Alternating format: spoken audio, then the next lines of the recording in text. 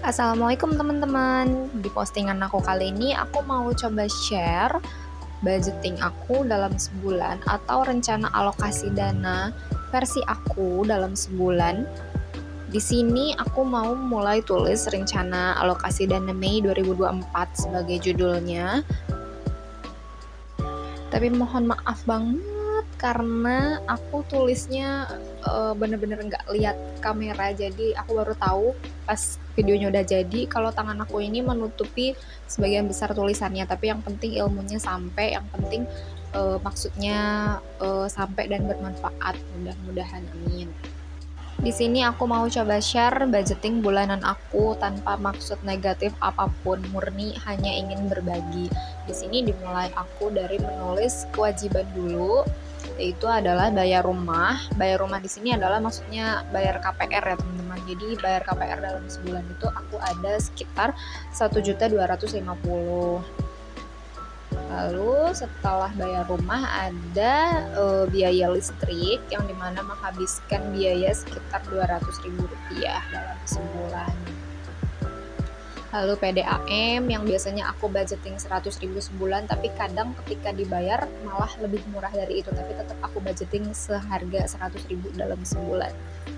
Lalu iuran sampah sebesar Rp25.000 dan kuota kami berdua, aku dan suami aku, yang senilai Rp150.000 karena kami nggak pakai wifi karena kami berdua banyak di luar. Aku kerja di sekolah dan suami aku juga kerja di luar, jadi kami lebih banyak di luar pakai wifi sekolah dan wifi kantor suami aku. Jadi ketika di rumah kami cukup dengan pakai kuota aja dan lebih murah pakai kuota aja. Gitu. Aku pribadi lebih cocok sama metode budgeting aku yang sekarang daripada metode budgeting aku yang dulu gitu, yang pakai saving, playing, living. Aku lebih cocok sama yang sekarang yang dimana ada kewajiban, kebutuhan primer, sekunder, dan alokasi lain. Sebenarnya bebas sih kita mau pakai metode budgeting seperti apa yang sesuai sama kita, yang cocok sama kita gitu. Nah, kalau di bagian kebutuhan primer, yang pertama pasti aku tulis groceries yang aku biasa beli di belanja bulanan itu, misalnya kayak persabunan kayak gitu ya teman-teman, beda sama beras, itu beda dananya. Groceries sekitar 250.000 sebulan. Lalu beras aku budget itu 150.000 sebulan, itu untuk 10 kilo ya. Terus minyak sekitar 3 liter, itu aku budgeting 50.000.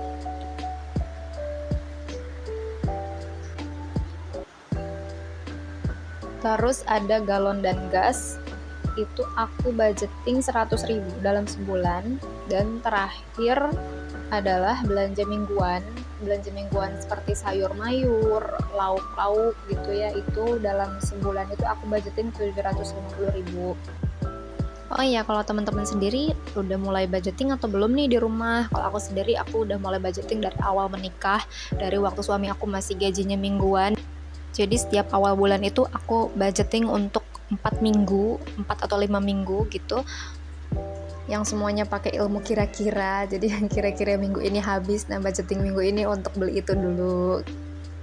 Selanjutnya ada kebutuhan sekunder, yang mana di situ biasanya aku taruhin kayak kebutuhan yang penting urutan kedua lah gitu ya. Yang pertama itu ada diapers karena anak aku udah mulai toilet training ya, jadi dalam sebulan itu aku cuma budgeting 100.000 gitu. Kemudian ada susu, aku budgeting 100.000 dalam sebulan karena anak aku minum susunya cuma dikit-dikit gitu ya dalam sehari, jadi dia bukan tipe yang peminum susu gitu, dia lebih suka makan gitu, kalau bangun tidur juga nyarinya makan gitu, bukan minum susu. Jadi aku hanya budgeting 100.000 dalam sebulan. Lalu ada skincare, aku budgeting 200.000 karena skincare itu adalah skincare aku, skincare anak aku gitu, untuk berdua gitu. Kalau suami aku numpang ke skincare aku, jadi 200.000 itu cukup untuk kita bertiga. Yang terakhir ada bensin suami aku itu sekitar 120.000 dalam sebulan, dan itu cukup gitu bensin, karena kami cuma pakai satu motor dalam satu rumah, jadi 120.000 itu cukup untuk satu bulan, alhamdulillah ya, hemat. Nah, ini yang aku bilang tadi, alokasi lain itu ada sedekah yang mana nominalnya di sini tidak aku sebutkan ya teman-teman. Lalu ada tabungan yang dimana nominalnya juga tidak aku sebutkan ya. Jadi ketika gajinya keluar itu untuk sedekah dan tabungan itu sudah aku sisihkan terlebih dahulu, sisanya baru aku budgeting di sini. Dan yang terakhir ada dana darurat. Aku biasanya budgeting 300.000 dalam sebulan untuk dana darurat aja.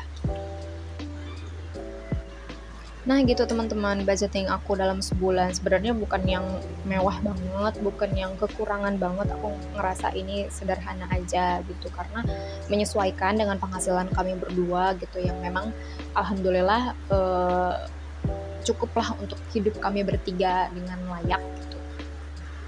Nah kalau untuk kewajiban, setelah aku kalkulasiin, untuk kewajiban itu menghabiskan dana sebesar Rp1.725.000.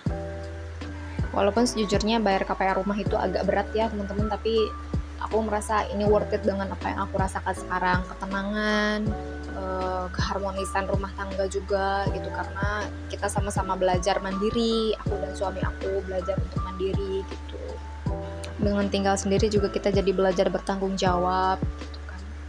Dan qadarullah kami tinggal di daerah Sumatera ya, tepatnya di Bengkulu, yang mana harga properti itu masih bisa untuk kami cicil gitu kan. Yang mana kalau di Bandung, di kampung aku itu sekitar 1 jutaan itu termasuknya tuh kontrakan gitu, kontrak tuh 1 juta sebulan gitu. Kalau di sini 1 juta per bulan itu udah milik sendiri gitu, udah apa ya, udah akan menjadi milik kita gitu loh teman-teman. Nah lanjut ya teman-teman, di kebutuhan primer tadi setelah aku kalkulasiin semuanya menghabiskan dana sebesar 1.300.000. Walaupun sederhana dan tidak terlalu mewah, tidak terlalu royal, tapi insya Allah cukup sampai akhir bulan. Insya Allah Allah pasti mencukupi kebutuhan setiap hamba-hambanya. Kita harus percaya dan kita harus tetap enjoy. Dan yang pasti kita harus tetap bersyukur, karena hanya dengan syukur kita bisa merasa cukup, dan hanya dengan syukur kita bisa menikmati hidup. Juga hanya dengan syukur kita bisa lebih bijak dalam menggunakan uang yang kita peroleh. Yang terakhir untuk kebutuhan sekunder, setelah dikalkulasi dia menghabiskan sekitar Rp520.000.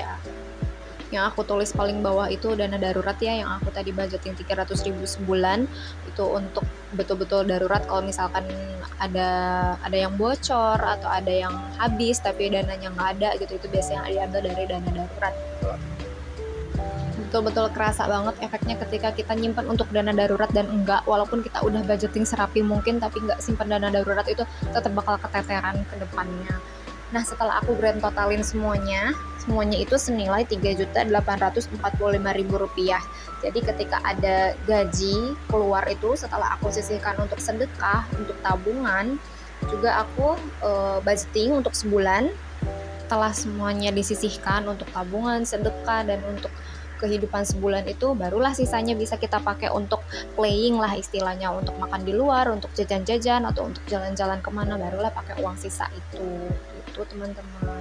Nah barangkali segitu aja yang bisa aku share ya teman-teman, mudah-mudahan bermanfaat, mudah-mudahan menghibur, dan mudah-mudahan menginspirasi kalian untuk mulai budgeting juga setiap bulannya ya. Pokoknya tetap semangat, tetap bersyukur, dan jangan lupa untuk mulai budgeting bulan ini. Assalamualaikum.